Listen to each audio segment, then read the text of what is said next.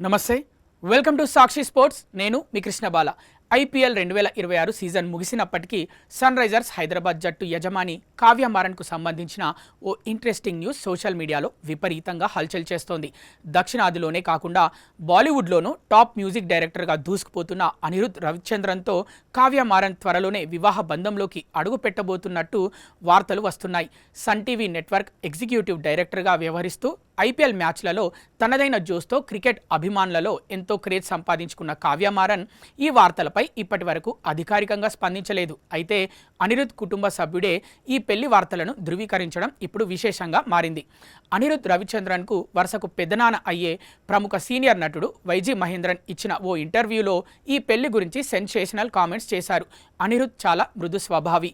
నేను విన్న సమాచారం ప్రకారం వారిద్దరూ త్వరలోనే పెళ్లి చేసుకోబోతున్నారు. ఆ అమ్మాయి సాదాసీదా అమ్మాయి కాదు. సన్ రైజర్స్ లాంటి ఓ పెద్ద క్రికెట్ జట్టును సమర్థవంతంగా నడిపించగల సత్తా ఉన్న మహిళ. తన తండ్రి నుంచి వ్యాపార నైపుణ్యాలను ఆమె అందిపుచ్చుకుంది. వారిద్దరిది చాలా అందమైన జంట. ఇద్దరూ కలిసి మ్యూజికల్ బిజినెస్లోకి అడుగు పెట్టాలి అని వైజీ మహేంద్రన్ పేర్కొన్నారు. 2011లో వై దిస్ కొలవెరీ డి పాటతో దేశవ్యాప్తంగా సంచలనం సృష్టించిన అనిరుద్ రవిచంద్రన్ ఆ తర్వాత జైలర్, జెర్సీ, జవాన్, లియో వంటి బ్లాక్ బాస్టర్ చిత్రాలకు సంగీతాన్ని అందించి స్టార్ కంపోజర్గా ఎదిగాడు. మరోవైపు ప్రముఖ వ్యాపారవేత్త కళానిధి మారన్ కుమార్తె అయిన కావ్య మారన్ కేవలం సన్ రైజర్స్ హైదరాబాద్ జట్టుకే కాకుండా SA-20 లీగ్లో Sunrisers Eastern Cape the 100 లీగ్లో సన్ రైజర్స్ లీడ్స్ జట్లకు కూడా సహ యజమానిగా వ్యవహరిస్తున్నారు.